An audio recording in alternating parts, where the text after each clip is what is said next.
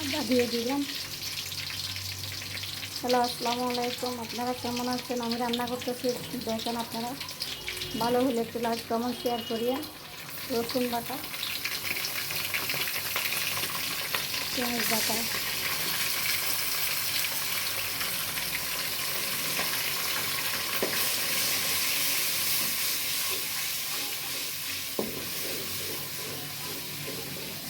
আলু দিয়ে মুরগির মাংস দিয়ে রান্না করব আজকে। ছেলেরা বলতেছে যে মানে আলু দিয়ে ঝোল করে মুরগির মাংস রান্না করতে হবে, আমরা এগুলা দিয়ে খাবো।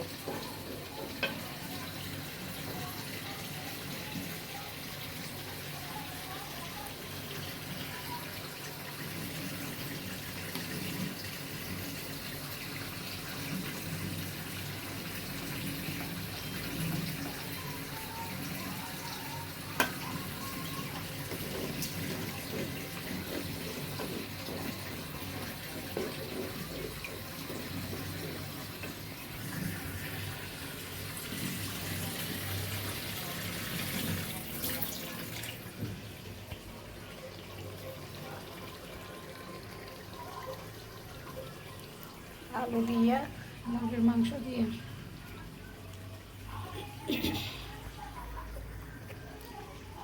দেশি মুরগির মাংস আর আলু দিয়ে রান্না করব। মশলা,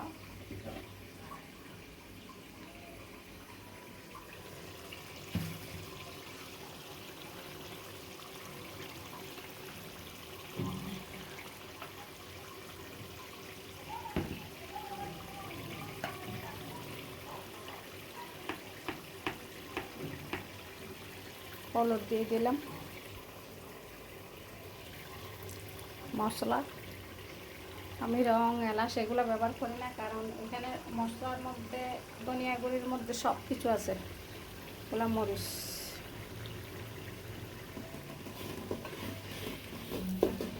ধনিয়া গুঁড়ির মধ্যে সব কিছু আছে। লং এলাচ দারচিনি এগুলো মিক্স করি আমি। এগুলো মেশিনে চুড়াইয়ে রান্না করি।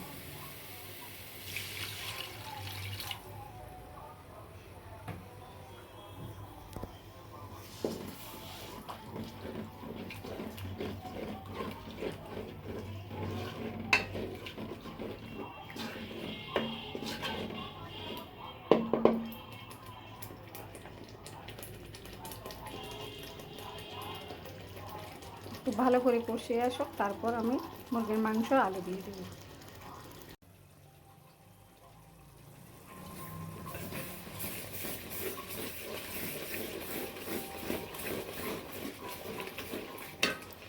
আমি এখন আলু দিয়ে দেব।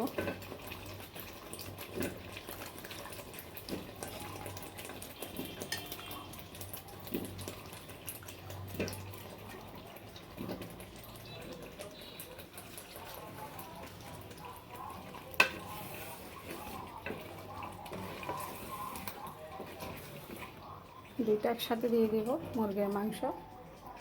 এগুলো দেশি মুরগির মাংস, দেশি পুরের।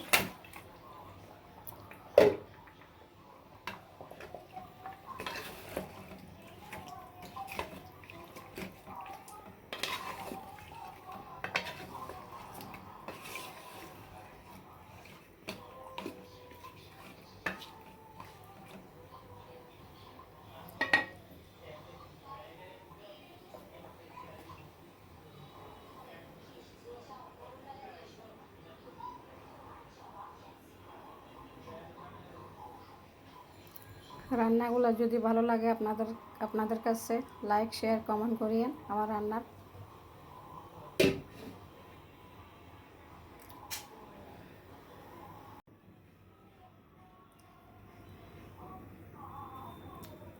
পুরো আমার রান্না শেষ। আপনারা দেখেন, বাসায় রান্না করে খাইন। এটা ছেলে মেয়েদেরকে রান্না করে দিয়ে আমি একটু লবণ দিই, লবণ কম হয়েছে।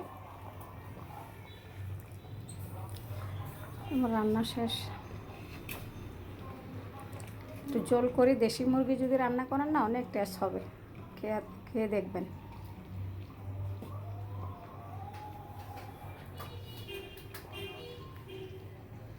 আসসালামু আলাইকুম। আপনারা রান্নাগুলো দেখিয়ে